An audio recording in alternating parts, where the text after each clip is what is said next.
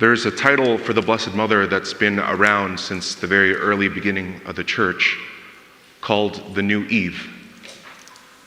The Blessed Mother fulfills the wish and desires that Eve was supposed to live out in the garden.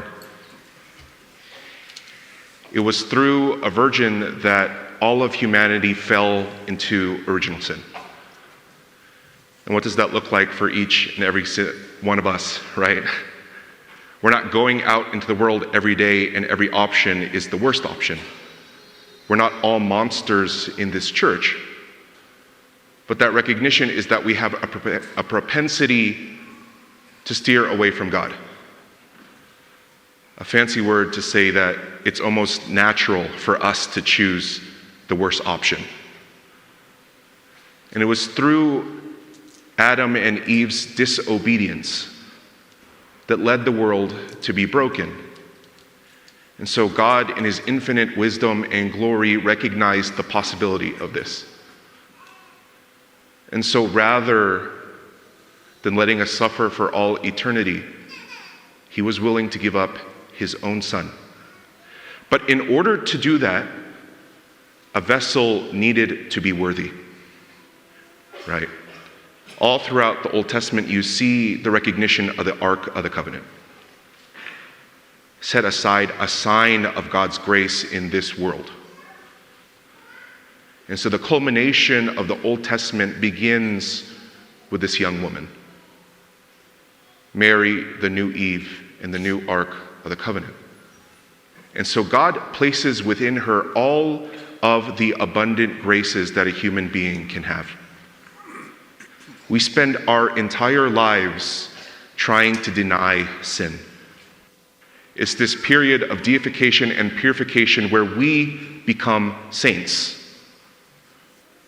It's the little sins that creep up in our lives day by day that pile up and allow us to choose the worst option.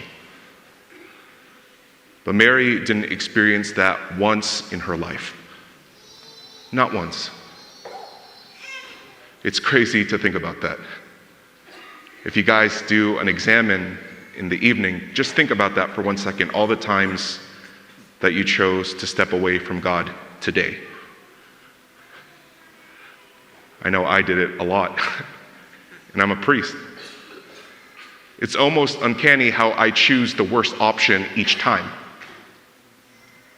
And yet the Blessed Mother shows us the reality of what we can be. That we don't have to be like this, that we don't have to let sin conquer us. She is perfect, unblemished, free from sin, full of grace. And we're talking about a girl who was 15 years old. And there is a question that comes up that she was perfect. Did she even have free will? Did she need a guardian angel? And the answer is yes. Of course. Mary could have made that decision. But through the grace of God, she doesn't. And Jesus is made manifest into the world. That is what the reality of free from sin leads us to. We talk so much about the word freedom, that within our lives we want freedom. Freedom from judgment, freedom from obligations, freedom from what the world imposes or expects from us. But true freedom is the opportunity to choose the good every time. But that's not the case for most of us in this church. We are not free in that way. We have the same rotation of sins that we deal with day in and day out. We have the same burden of people in our lives that we have no charity for. We have the weight and obligation of a world that is in front of us. And so, of course, we make mistakes. More often than not, we make excuses.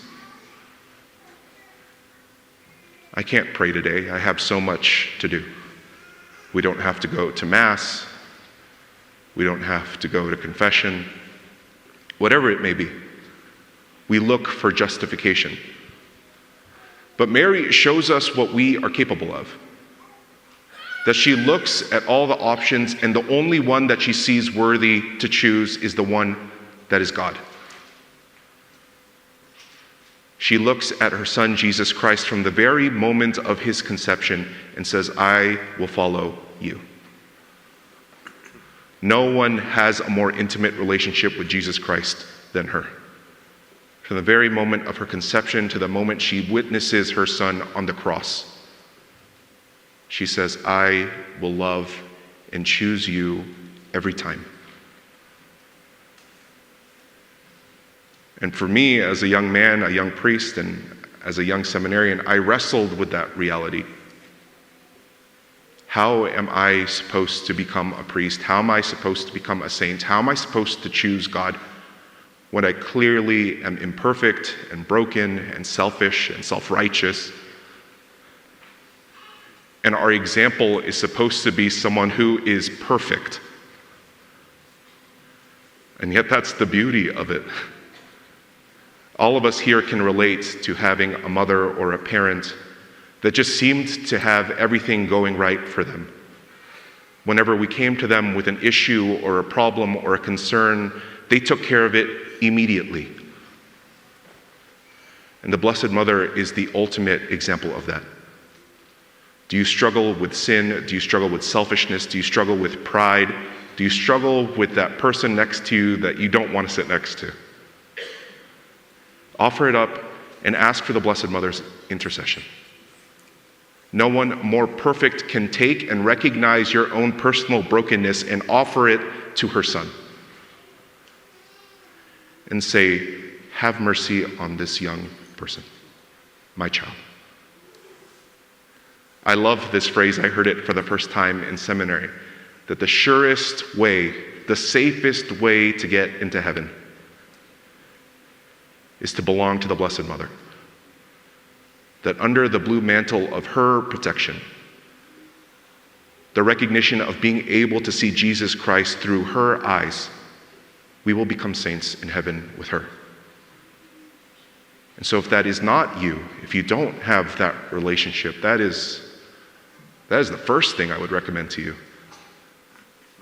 Pray a rosary. Not even that, pray a Hail Mary. Take a moment to recognize who the Blessed Mother is and what she can and should be doing for you if you allow her to. That she understands Jesus Christ and the Trinity better than any one of us. Our goal is to get to heaven, and she will be our example. Amen.